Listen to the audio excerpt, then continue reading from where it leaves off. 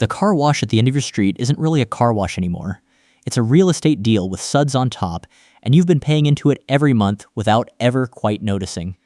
Over the last several years, private equity firms and family offices have poured more than $10 billion into buying up ordinary car washes across this country. And the wash itself was never really what they were buying. Here's the number that gives the game away. Somewhere between $20 and $40 is leaving your account every month for a subscription you maybe use twice. You signed up because the math looked obvious standing at the payment kiosk. Wash twice, break even. Wash more than that, and you're basically getting away with something.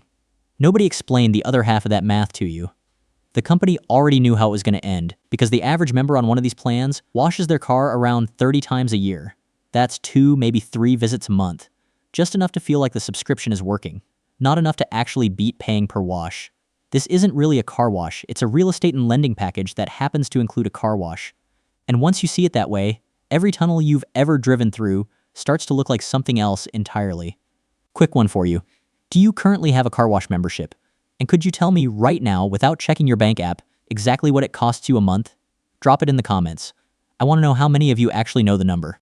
Start with the subscription itself, because it's not a discount, it's a bet, and the bet is on you specifically.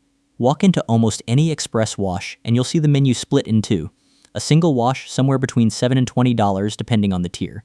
An unlimited monthly plan somewhere between $20 and $40. Wash twice a month and the plan already pays for itself.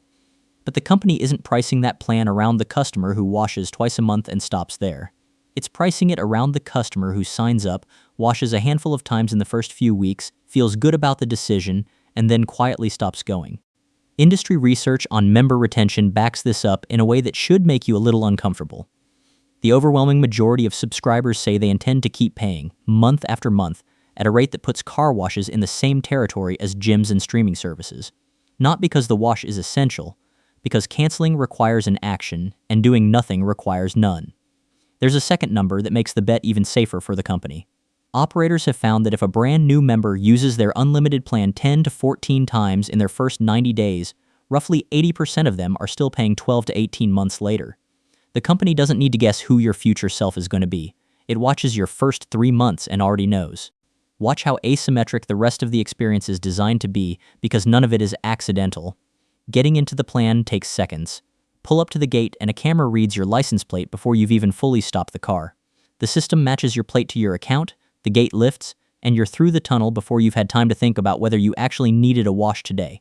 If you're not a member yet, the kiosk has already noticed, and it floats a family plan in front of you before you can decline. Extra vehicles at a discount because the fastest way to grow a subscriber base is to get a second car on the same account before anyone in the household has time to compare it to just paying per wash.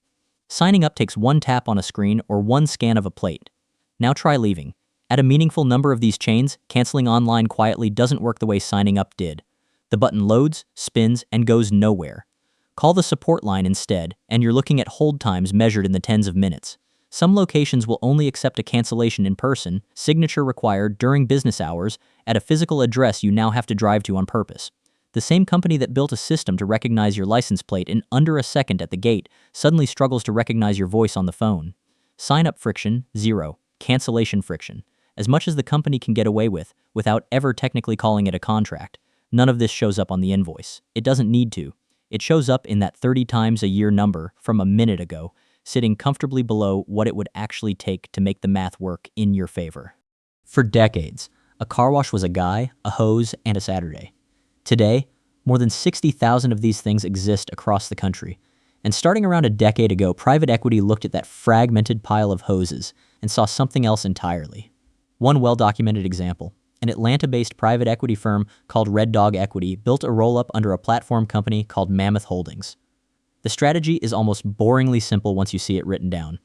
Buy one established, well-known brand in a given regional market to act as the anchor. Then buy up the smaller, less efficient, often cheaper operators around it, fold them under the same name, and push every single acquired location onto the same subscription system the anchor brand already had running.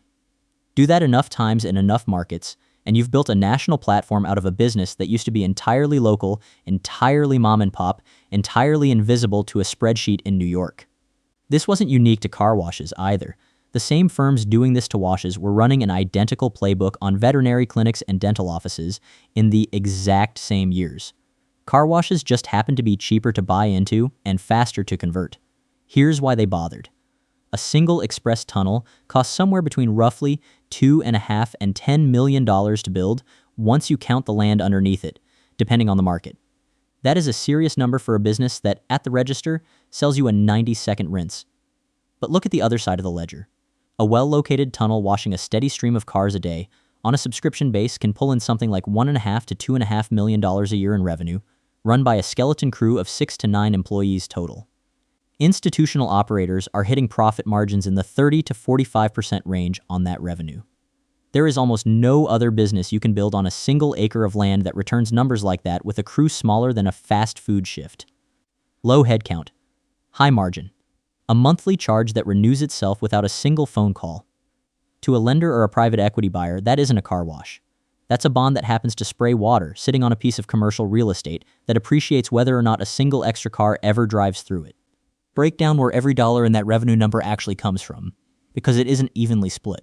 At the top operators, roughly 3/4 of the revenue at a well-run tunnel now comes from the monthly membership base, the $20 to $40 plans running quietly in the background whether or not a member ever shows up that week. What's left, call it the remaining quarter, comes from one-time customers paying at the kiosk on the day they happen to show up, plus the upsell sitting on top of both groups. The tire shine, the ceramic coating, the underbody flush, tacked onto a base wash tier that already runs through the exact same tunnel, on the exact same conveyor using close to the exact same water and labor as the cheapest option on the board. That last part is the real trick.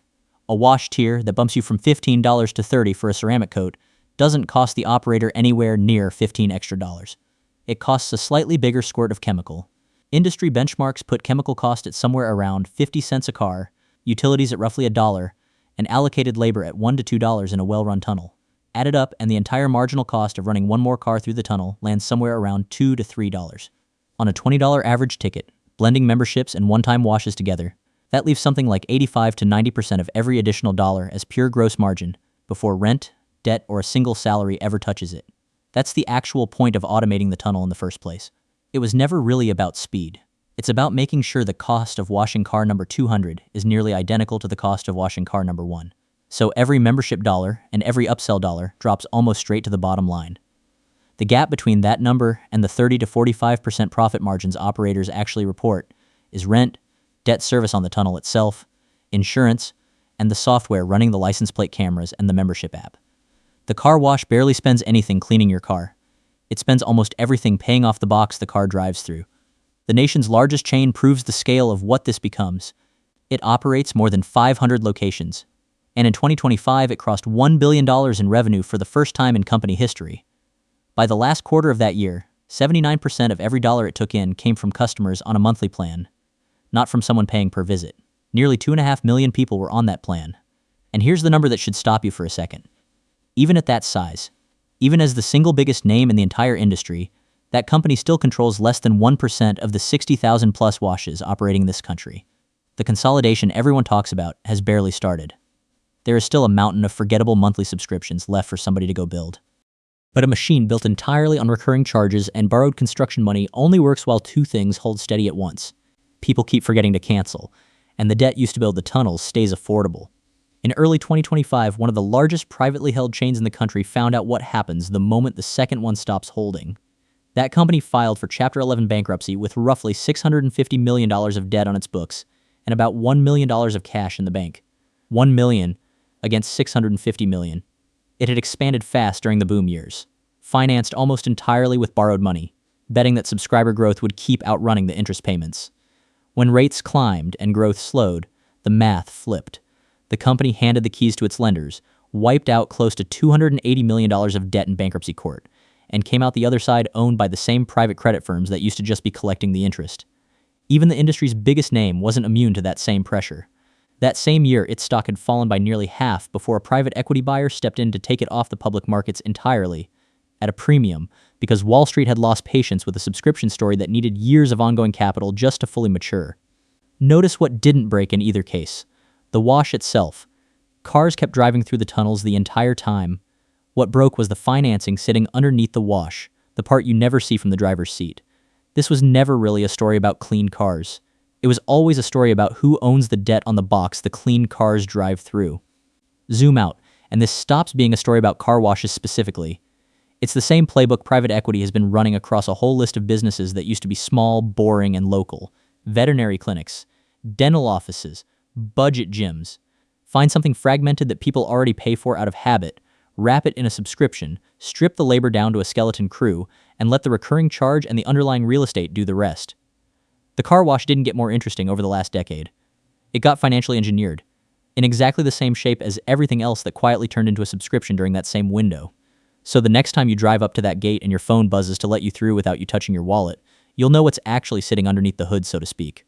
The wash was never really what they were buying. They were buying an acre of land that throws off recurring cash whether or not you ever show up. You're not really a car wash customer. You're a line item a spreadsheet already assumed would keep paying and mostly wouldn't drive through the gate.